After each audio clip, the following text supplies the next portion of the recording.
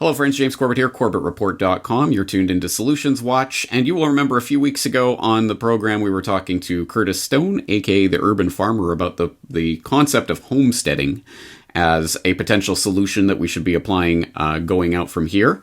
But that was a very general overview kind of conversation. We didn't get a chance to drill down into specifics. I wanted to start drilling down into specifics on this topic with someone that knows a thing or two about this topic and who should be familiar to my audience because he was on Solutions Watch here a few weeks ago talking about investing in agorism.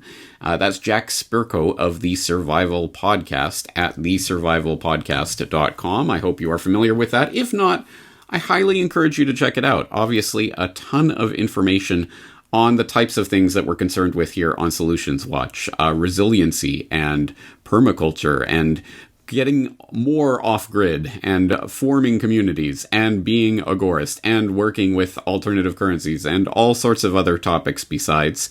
And I wanted to talk today specifically about a fascinating podcast that I heard a couple of months ago, specifically episode 2817 of the Survival Podcast. Obviously, I'll put the link in the show notes. It was called Choosing Chicken Breeds Based on Homestead Goals and Intrinsic Characteristics, which is fascinating because I have never had backyard chickens. I've never actually planned on doing that, and I still don't. But that podcast was still valuable for me because it got into some specifics about permaculture and design and the concept behind how do you plan out something, a system, so that you can plan it for all the inputs and outputs in that system and get them all accounted for before you even start doing what you're doing. Some really important principles. So even if you have no interest in backyard chickens, I would suggest you go and listen to that podcast right now. But let's bring him on for this conversation. Jack Spirko, thank you so much for taking the time to talk with us today. Hey, man, thanks for having me on. I really appreciate the opportunity to talk to your audience again. Yeah, excellent. All right, well, let's start. I just want to hear you say the words, it depends. So let's say someone comes to you with the question, I'm thinking about getting some backyard chickens. What kind of chicken should I get, Jack? Well, that's one of those questions where there probably isn't a wrong answer, but some answers are more right than others, so it depends. And we could start looking at some of the things it would depend on, like, so where are you? So if you're in a really cold climate, there's certain birds that would have a predisposition to do better in a cold climate. That would be things like a Brahma, Jersey Giant, Cochins, which are the ones that have the feathered feet that help keep their feet warm. If you're in a kind of temperate climate that doesn't get that cold, doesn't get that hot, whatever you want as far as the temperature thing. If you're in a really hot climate, like a desert climate, then you're going to want to look at something like white leghorns or Egyptian Fayomis, which are a great bird, but one of the ugliest damn chickens on the planet. At least the females are. And they're kind of annoying. But man, when you have, you're in a desert climate or a really hot climate and you have a lot of predators, they're fast, they can fly, so they work better for that. And you just kind of drill down into those individual characteristics that are intrinsic to the breed. There's nothing wrong with going out and getting a half dozen birds, a dozen birds of just random different breeds. But if you want to start trying to figure out how to make this animal work in your system, you're going to want to look a little bit more at things like climate. Another thing you would look at is, well, how do you want to manage these birds? Do you want to manage them in kind of a coop and run where we have a coop they go to at night and a confined area, and we're going to primarily use them as scratchers for making compost? Probably want a heavier breed because when they scratch, they do a lot better job of chopping things up and incorporating things. If we want to free range them, we're looking for birds that have some agility because we're going to have predator issues. No matter what we do, we're going to have some predator issues. So agility is going to be more important. If we want to do chickens specifically for eggs, then we probably want to look at one of the hybrid things like a sex link. And they call them sex links because when they're little baby chickens, instead of checking under the hood, which is really hard with a little tiny bird, you can actually look at their color pattern and you can say this is a male, this is a cockerel, this is a female, or what we call a pullet.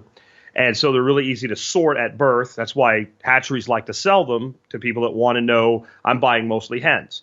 But they produce just crazy amounts of eggs in their first 3 years. So they're really good for the dedicated egg producer. They're terrible meat birds. They don't have much, when we look at breeds of animals, generally if something excels at one thing, it doesn't excel at the other. And if it's dual purpose, it excels at neither, right? So it's all a compromise situation. So we could go with like red sex lynx. They call them black stars over in Australia. They're the same bird.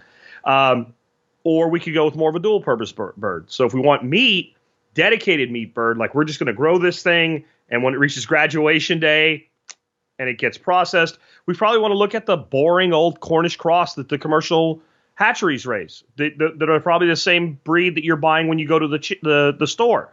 Now, just because that's kind of garbage food doesn't mean yours has to be. You put them on pasture, you feed them high quality feed, and you end up with a much higher quality product. So again, it depends, right? What do you want? But that's the process that we come at this with. And I think the important thing to understand is we're breaking off like a single thing. How do we pick a chicken? But what we're doing that through what we call the permaculture lens. So we look at things a little bit differently. Then we're looking at this as a design science. Like we figure out what the end goal is, and then we design the system. And something as mundane as, hey, what breed of chicken? We can actually tailor that to the system. There's people that their literal purpose for their chickens is to make compost. So we can find a chicken that loves to scratch. People that want dual purpose, well, you really want dual purpose? Here's what you do. Pick 2 heavy breeds. I don't care what they are. But make sure your roosters are one breed and that your hens are another breed, and you get hybrid vigor and your F1 first generation, and you get bigger, meatier chickens. Like you're not going to get the big, huge double breasts of the Cornish cross, but you're going to get that hybrid vigor. And hybrid's not a bad word. It doesn't mean GMO. It just means like shepherd and collie dog breeding together. We get a shepherd collie puppy. That's not an unnatural occurrence. So that's kind of how I come at that. Again, just even in that response, there's so much to pick out there. And it seems to me, coming at this as a relative newcomer to the idea of permaculture and design, but it seems pretty obvious, but it needs to be stated. You have to have as clear a conception as possible when you start any project, like chickens or anything else, what you are doing it for. What is your goal for this, and design around that. And I know that sounds pretty basic, but I realize a lot of people starting out might just kind of elide over that point. It doesn't matter so much. Speak to the importance of getting your goals down as specifically as possible, and how you could do that, for example, with choosing chickens. Yeah, let's take that and look at something like what I call the Egyptian buzzard chicken, which is the Egyptian Fayoumi. So these birds are only like a fully grown rooster, if you do process it for meat, which I've done because you only need so many roosters, will weigh like, when you process it, like 2.5 pounds. So it's not really a great meat bird, but again, they taste great. They're kind of like pheasant in size. But what that bird would be perfect for is a person has a lot of land, doesn't want to sell eggs because they're a smaller egg, right? But they just want a bird that they can pretty much let free range and get most of its food from the land, and they have enough land to do that. That bird would be awesome for that. I've seen them, like hawks come in. I've seen the roosters come out and basically challenge the hawk, like, I'm going to beat your ass if you try to come take my hens. And like that hawk could take that bird out, but that bird's so aggressive. The hawk's like, yeah, I think I'll go eat a rat, right? It has to be a really hungry hawk to come in on a bird that's being that aggressive back to him. So that's about, I don't care about anything except feeding my family as cheaply as possible. And by knowing that, you're able to pick the right bird. If we wanted really big meat birds, but we're okay with them being a stewing bird, right? Like a coal, like something's going to have to be cooked slow and long. We don't necessarily need to be making stir fry. Man, Jersey Giants, because they get almost as big as a frickin' small turkey, right? So again, it's all about sit down and say, what do I want from this? What I find most people want are eggs. That's kind of the chicken is like the gateway drug into livestock, right? Because everybody's familiar with them. There's anything you need to know, you can find out online in about 5 seconds. Of course, you're going to get a lot of opinions. And if you ask the wrong question in the wrong place, you'll be told you're stupid. Or you say you want, there's that whole trolling thing in like it's everywhere. But if you just want concrete information, there's plenty of information there.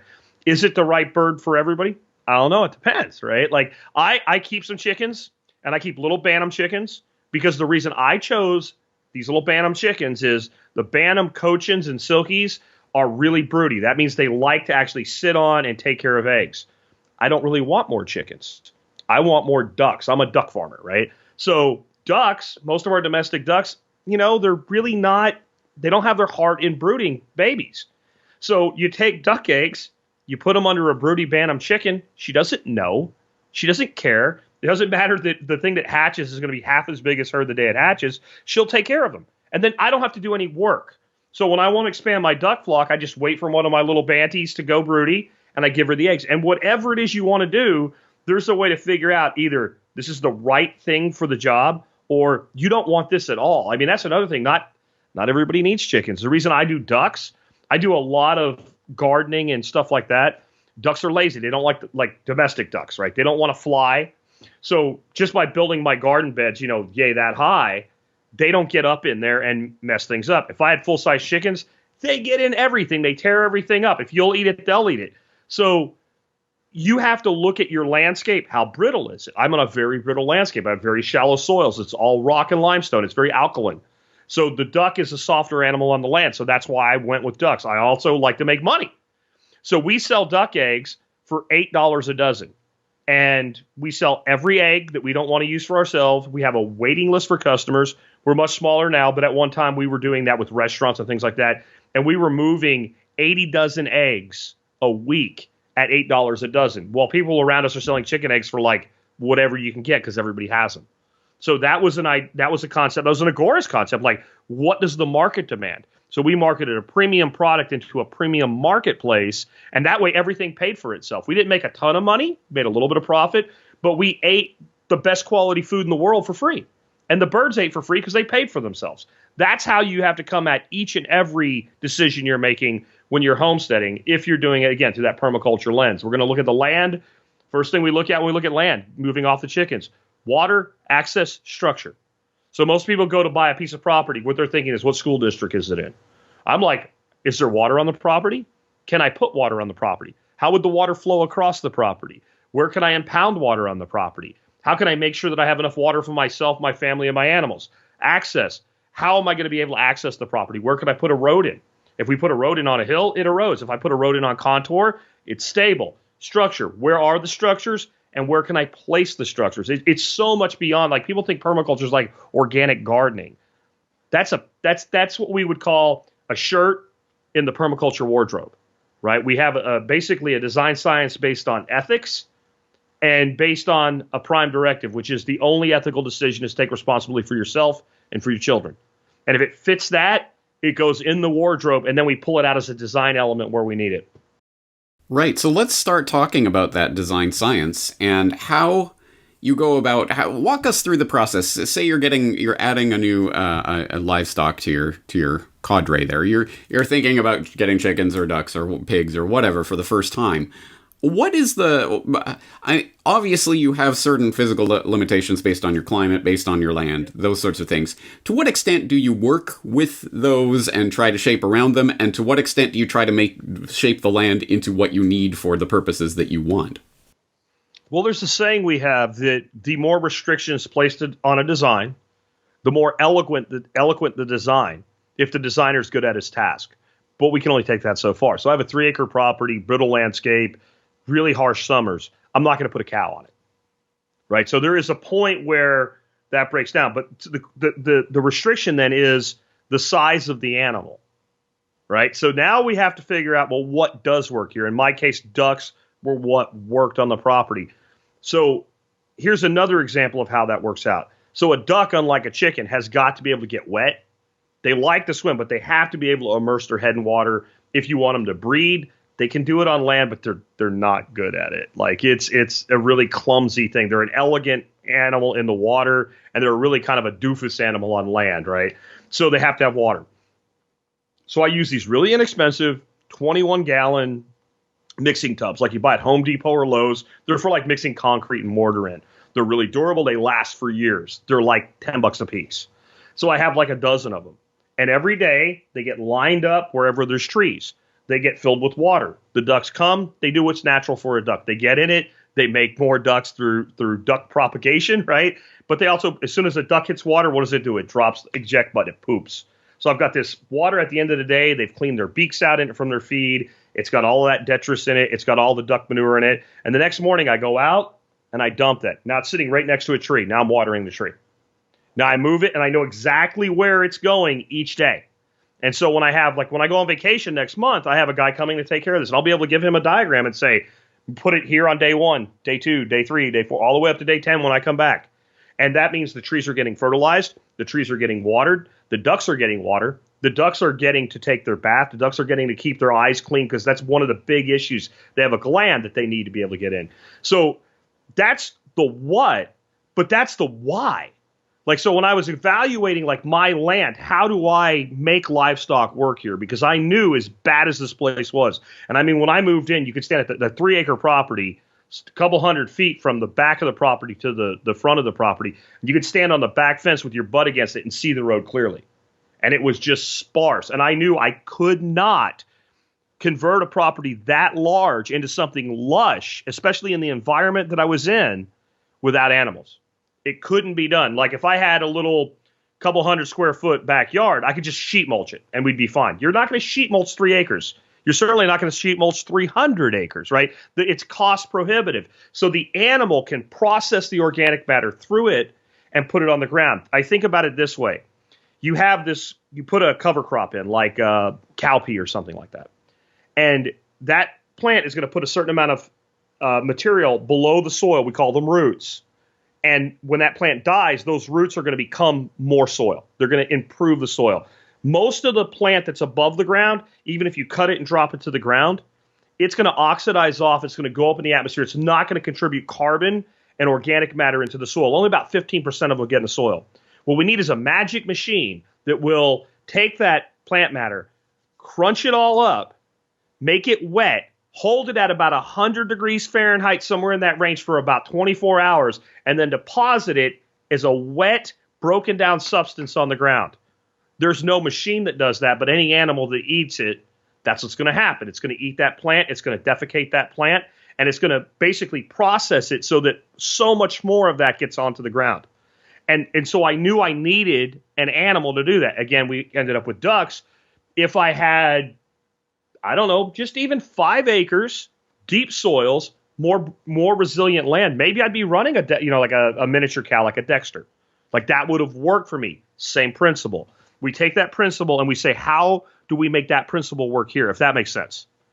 It does, and I think another aspect of this that probably gets neglected by people who are new to thinking about this are all of the outputs in a system like that, and how you can use them productively and shape your entire system around those outputs that you know are going to come, but you don't think about it until it's there, unless you're actually thinking about permaculture.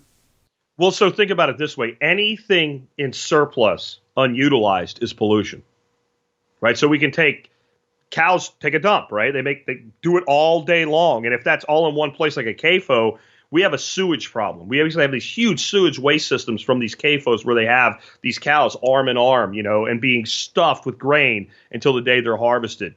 If we take that same manure product and we do rotational grazing where the cows basically, they are pretty close to each other. It looks like they're overstocked, but we're moving them every day. Then we're mimicking nature. And that's a lot of what we do with permaculture. We try to mimic nature. So how did we end up with such fertile plains in Africa? Well, you have these massive, massive amounts of herbivores. You have wildebeests and gazelles and water buffalo and all these things. And then you have top predators. So the top predator is like, well, I'm going to eat one today. Well, the defense mechanism for those herbivores is they stay in a very tight pack, and the slow, the sick, and the stupid die, right? That's the one like, the gazelles are all going by, the lion's on the hunt, and one gazelle kind of looks at the lion like, hey, stupid's back there, and like, even though he might be a little bit infirm, like the lion realizes, yeah, he's right, the dumb one's back there. Chomp, right? And then that animal gets eaten. So those animals are constantly moving in tight groups. When we do rotational grazing, we're mimicking that, right? So when we get on that path, we start getting on the path to reestablishing again, carbon, minerals, nutrients into the land, and then that land becomes incredibly fertile.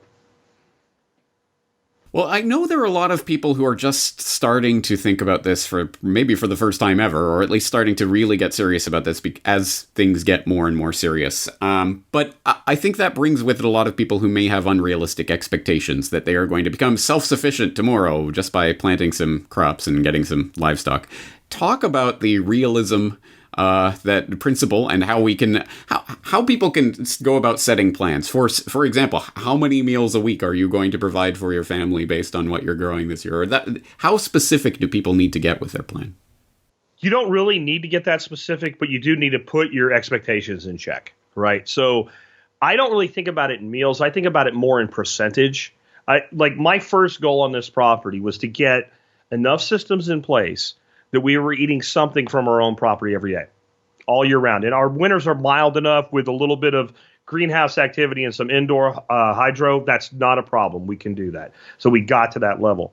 But I would say that the average person is probably better off start out with a basic garden, some form of livestock, and maybe two forms of livestock, but do one first. One first, right? So like if you want eggs, like the first thing I would say is, well, do you want eggs or eggs and meat? If you want eggs and meat and you have small space, then you would look at something like quail, right? Because quail are incredibly efficient. I know a guy that raises about does about 20,000 eggs and about 1,200 coal birds a year in a one-car garage, and his neighbors don't even know he has quail, right? So we're gonna back to tailoring to the application, but you're probably not going to do that your first time around. And I think one of the things you have to accept is if you've never taken care of animals before, especially things like chickens, ducks, quail, rabbits, you're going to kill some. You're going to make some mistakes. They're going to die. The first time you brood animals, you're probably, no matter how many videos you watch, I know from experience, they're going to get in a corner, they're going to get cold, they're going to die, they're going to get the weight of the other animals on top of them, and you're going to have to learn this, and you're going to have to be okay with that. You're also going to need to start thinking about, from a set of realism, with like chickens, ducks, etc. These animals have a clock, a biological clock, just like a female woman, right? They go through menopause. We call it with chickens henopause, right? And so that chicken has a potential to produce 1,000 eggs. Now, if you get a high rate laying chicken that's producing 250 to 300 eggs a year, and it does that for 2 or 3 seasons, well, there's not a lot of ammo left in the bank, right? And I've seen 7, 8-year-old birds lay an egg here and there, but you basically have an expensive pet. So you're going to have to dispose of that animal. Are you okay with that? So this idea that we're going to produce everything, I think, is flawed, and it leads to bad decisions. Like, I'm going to get 50 chickens. Have you ever taken care of a chicken before? Maybe you shouldn't do that, right? Like, I'm going to put in like a 1/4 acre garden. Maybe you should start with 2 or 3 4x8, basic layout raised beds, or just in-ground beds, and learn a skill. I think what's important is if you just say, let's look at a garden. So making compost, that's a skill. Starting plants from seed, that's a skill. Building fertility in the bed itself, that's a skill. Building the bed, that's a skill. Learning to do your irrigation so you're not under or over irrigating, that's a skill, right?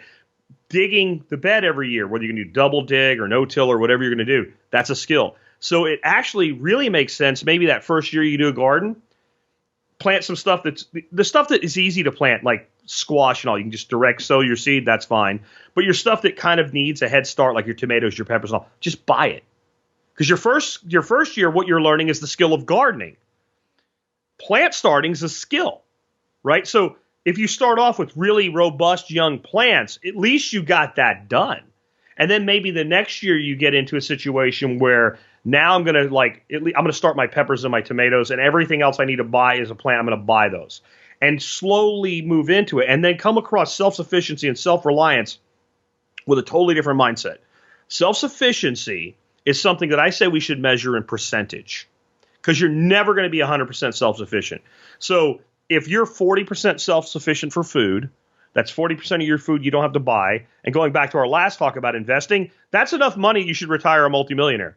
With the most boring investments known to man, if the average person could take 40% of their food budget and invest it, there's no reason they shouldn't retire with somewhere between $5 and $10 million.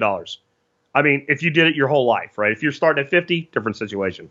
So kind of think about it that way. Self-reliance we measure in time. So self-reliance we want to look at, like, if I have enough batteries and flashlights and other ways to make light that I can deal with my power being off and at least light up rooms and see what I'm doing for 3 months, I have 3 months of self-reliance, but it ends. Self-reliance is something that we can quantify how long that's going to go on before we're out of it. Self-sufficiency is perpetual. So it's much better to measure it in percentage, because not only is it very difficult to be 100% self-sufficient, even with a pretty large piece of land, who the hell wants to? Why do we have money? Why do we have commerce? Why do we have trade? Because people want things that they can't grow. Could I grow coffee here? Okay, if I take incredibly heroic efforts, if I build the best greenhouse ever, and I come up with some way to heat it without the grid in some way, maybe I could produce enough coffee beans every year to make 5 pots of coffee. Do you drink coffee? Yeah, you're a coffee drinker? Yeah, I am. Right. How long would 5 pots of coffee last, right? That's a not week. very... Yeah, so I'm not going to make coffee, right? I'm not going to grow coffee. I'm not going to grow cocoa beans to try to make my own chocolate. So if I want coffee or chocolate, I'm buying that in. So a better way to think about self-sufficiency is also like, so now once I get my homestead working for me, can I turn surplus into money? Here's an example of that. So I grow a really awesome sweet potato. It's I can't even pronounce the Japanese word, but it's a Japanese purple skin sweet potato. And it doesn't look like no, it's I can't remember now, but it's a complicated word. But it's purple, and if you cut it open, it's like a yellow-white flesh. And it tastes like a buttered baked potato when you eat it without butter on it. They're delicious. I think they're originally from Okinawa. And sweet potatoes, once they start growing, you cut a piece off, you stick it in water, it makes roots, you plant it, you get another plant. In my ponds, I have these things I call air stacks, where they're basically a pipe that goes down, and the pump pumps water into them, and they make bubbles for the fish to keep them alive. Well, I figured out if I stick the sweet potato slip in that pipe, they root in like 3 days, and in like a week, they have these massive, huge roots, way better than the slips you buy through the mail that are all sad when you get them. So I made like 100 slips, and I sold them for $1 a piece, 10 of them for $10 on Nextdoor. It's not a ton of money, but it was the easiest money that you just basically posted the thing. Here's a picture. If you'd like some, you can come pick them up. So all that money then becomes money I don't have to earn another way. It's also all what we call fence post money. In other words, me, you, and the fence post, like no one knows about it. It's cash money. I don't have anybody buying those for crypto yet. That would be nice, right? But cash money, and now I can go buy the chocolate. I could go buy the coffee, or I can go buy, that's 4 or 5 months of feed for my animals, just from cutting some sticks and putting them in a pipe. And then you start figuring out, well, how many things can I do that with? Because I personally feel plant propagation is like money printing. Go to Home Depot on a Saturday, on a nice day, on a Saturday or a Sunday in the springtime, or a Lowe's, or like a Mike's Big Nursery, someplace like that. There's people everywhere. They're like fighting with each other over the last nice looking plants and all. Plants grow, right? Like we could just make plants, and that's like free money. So we can start leveraging that toward our self-reliance and self-sufficiency by saying, I'm not talking about putting in a nursery, needing a license, inviting the devil, which is the state, into your backyard. I'm talking about selling a couple $100 worth of this and a couple $100 worth of that, maybe $1,000 worth of this off your property. I have my aquatic systems where I grow fish. We just buy cheap, stupid goldfish, like the ones people buy to feed predator fish, for like 9 cents a piece at the pet store. And I just tell the girl, hey, you know what? I'd like some with some colors on them. And they're always like, no, here's $5. Oh, okay. Right. So then you get these fish. We use them for what's called cycling, get that system running. Well, some of them end up growing like this big. And if you call them, instead of a goldfish, an Asian heirloom carp, and you put them on Craigslist, you end up selling this stupid fish for like $50. Well, how many of those do you need to sell to buy 4 months worth of duck feed or a year's worth of fish feed? And the answer is 1 or 2. We get some koi, we get some little $9 koi, we throw them in the pond, and they end up this big, and you're like, man, that fish is producing a lot of waste. Some yuppie's going to pay $300 for that fish. And you have to start acting like our ancestors did. When they put in a farm, they didn't just grow corn or tobacco and sell it. They looked, what is every single thing I can do with this little piece of land to make $50 here, $100 here, $1,000 there? That's your path. You're not going to do it by growing everything you want to consume, and you shouldn't try. It's too much work.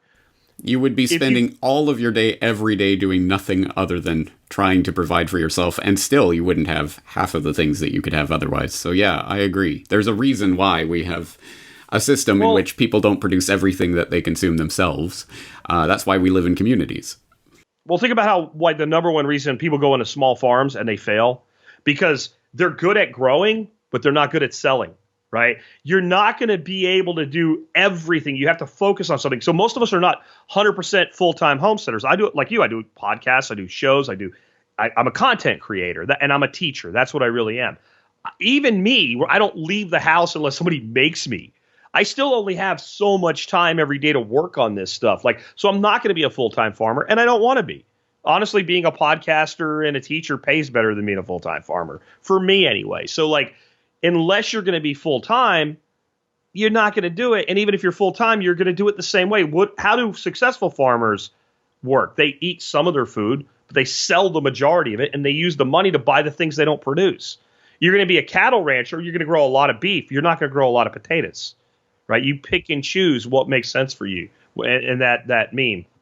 Yeah, there's so many principles here that are basic when you think about them, but a lot of people don't spend the time thinking about them. So I'm glad that you're putting it out there. And I follow you on Odyssey as well as listening to your podcast. I hope other people will as well. And I note that you put up videos, for example, David Holmgren and Jeff Lawden and other people demonstrating various principles and how they work in specific contexts. Tell us about some of the people that have inspired you. Well, my greatest mentor is Jeff Lawton, and I would say he's probably the most qualified and advanced permaculture practitioner in the world today. And I'm very fortunate to be able to work with him. And he is the guy that I would follow if I was starting from the ground up and I wanted to know as much as I could. Follow me too. But Jeff, permaculture is a thing I do. Permaculture is what Jeff does. And Jeff's actually the man that got me into permaculture many, many years ago. Somebody sent me this video. It was called Greening the Desert. It was horribly produced. It was mostly like still picture animation, slideshow type thing. But it talked about a project that Jeff did in Jordan near the Dead Sea, below sea level, in one of the most inhospitable places on the planet. And they put in swales and they built this food forest. And I looked at what happened there. And I had just been bitching to my wife about how hard it is to grow food in Texas because it's so hot in our summers. And I went, I got no excuse, man. And it switched me on. And then the co-founder of permaculture, David Holmgren, he's been very inspirational. But the old man that started it all, Bill Mollison, that worked with David. David was basically like a research assistant when Bill was a professor at a university in Australia. And they worked together and developed this. I saw this old video of Bill Mollison. He was talking about how at one time he actually worked in an industry cutting timber. And he started talking to all the people that he worked with. And none of them thought they would ever be able – they're cutting down trees to build houses, but none of them thought they'd ever have enough money to buy a house.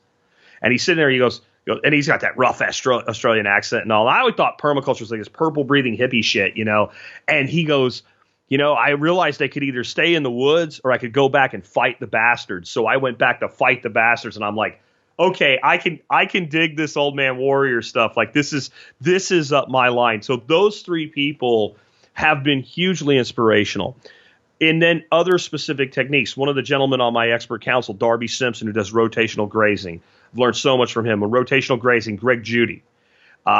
Both of those men are just incredible. Joel Salatin. Anybody who doesn't like Joe Salatin, don't talk to me because I'm not going to like you. Like just all these people. And what I've been amazed with, Mark Shepard, who gave me the honor of writing the foreword for his latest book. I mean, that gentleman is absolutely switched on. And they're all different because they're all in different aspects. Some of them are doing really large scale things. Some of them are doing things that are more specific to village level human settlement stuff. Jeff does a lot of research. Relief work. I mean, this guy's almost 70 now, and he's still traveling to war zones to do relief work, to teach local people how to be self-sufficient for themselves and how to actually not only produce these things, but then turn what they've done into a demo site to teach others so they have a revenue stream beyond just the food.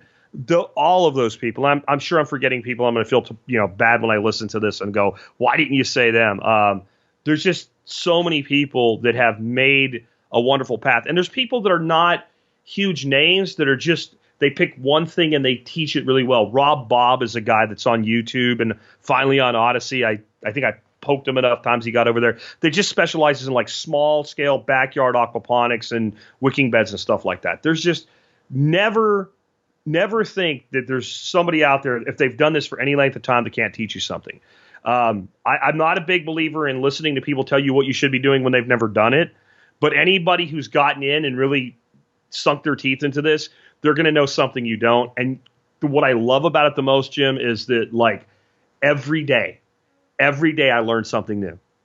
And there's a lot of things I got bored with. I'm a smart guy. I'm really good at being analytical. Give me a book, I read it, and I can basically teach from the book after reading it one time.